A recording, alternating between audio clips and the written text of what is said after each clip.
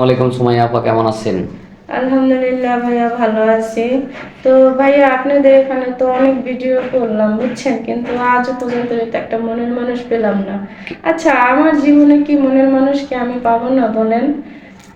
আসলে বুঝতে পারতেছি না, মানে অনেক দুঃখের সাথে এই কথাগুলি বলতেছেন। এটা কি আমাদের ব্যর্থতা না আপনার ভাগ্য খারাপ, কোনটা আসলে বুঝতেছি না। এত সুন্দর মানুষ, তারপরে কেন মনের মানুষ পাচ্ছেন না? আসলে কাকে দায়ী করেন একটু বলেন তো শুনি। হয়তো আমি নিজেকেই দায়ী করি, কারণ দেখা গেছে আমি মনে হয়তো দেখতে অসৌন্দর্য, এজন্য মনে করেন মনের মানুষ মিলে না। না, আপনি তো দেখতে মোটেই অসুন্দর না, খুবই সুন্দর। আপনার কথাবার্তা ভালো, অনেক ভদ্র একজন ব্যক্তি বা একজন মেয়ে, ঠিক আছে। তো আসলে কি, চেষ্টার কোনো শেষ নাই। হ্যাঁ, আপনি আর একটু ধৈর্য ধরেন, ধৈর্য ধরলে অবশ্যই সবুরে মেয়া ফুল ফোটে। হ্যাঁ, দেখেন, ধৈর্য কিভাবে ধরবো? 20 বছর হয়ে গেছে, এখনো যদি বলেন ধৈর্য ধরতে, আর তো বয়স মনে করেন কি শেষ হয়ে যাবে দেখতে দেখতে। তাহলে কি আমার কি ইচ্ছে হয় না যে না আমি একটা বাচ্চার মা হই? সেটা কি আমার ইচ্ছে হয় না?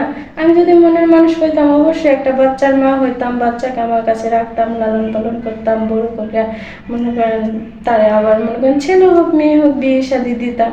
তাহলে তো মনে করেন নাতি হয়তো, নাতি কিন্তু নিয়ে একটু তাও আনন্দ তো ফুর্তি কিছু। করবেন, এটা আপনাদের মানে একটা স্বপ্ন। মানুষের, প্রত্যেকটি মানুষের বেঁচে থাকলে জি এই স্বপ্নটা দেখে, ঠিক আছে। জি তো আপনি কেমন লোক চাচ্ছেন? আপনি মানে কেমন ব্যক্তি চাচ্ছেন আপনার মনের মানুষ হিসেবে, আপনার লাইফ পার্টনার হিসেবে? ভাই, কেমন মনের মানুষ আছে সেটা তো আমি নিজেই বলতে পারি না। ভালোই তো চাই, কিন্তু ভালো খারাপও তো কপালে জুটে না বলেন। ভালো কেমন আসলে তাও না, একটা জোর ছিল, নেশাখোর, তারে বিদায় দিয়েছে, আর এই নেশাখোরও তো আমার কপালে জুটলো না। নেশাখোর, এখন নেশাখোরকে বিয়ে করবেন? না, নেশাখোরকে বিয়ে করব না। নেশাখোরকে বিয়ে না করবেন না না? না না। যদি বয়স বেশি হয় কিন্তু লোক ভালো, আপনাকে হ্যাঁ।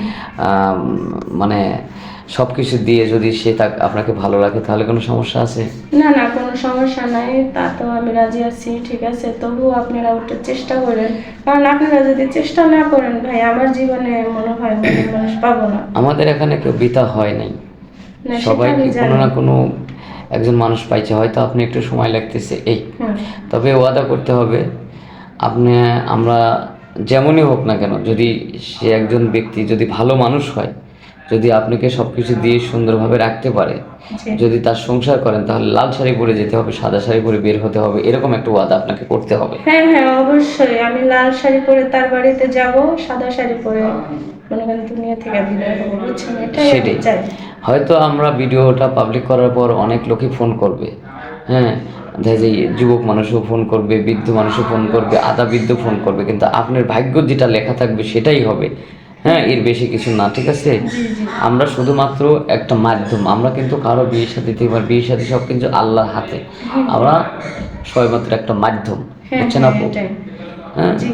তো ঠিক আছে, সুপ্রিয় দর্শক, মেয়েটার জীবনের গল্প শুনলেন। যদি কোনো ব্যক্তি মেয়েটাকে বিয়ে করতে চান, তাহলে অবশ্যই আমাদের ইমো নম্বর দেওয়া থাকবে, কেউ অযথা ভিডিও কল দিবেন না। ভালো থাকবেন, সুস্থ থাকবেন, আল্লাহ হাফেজ।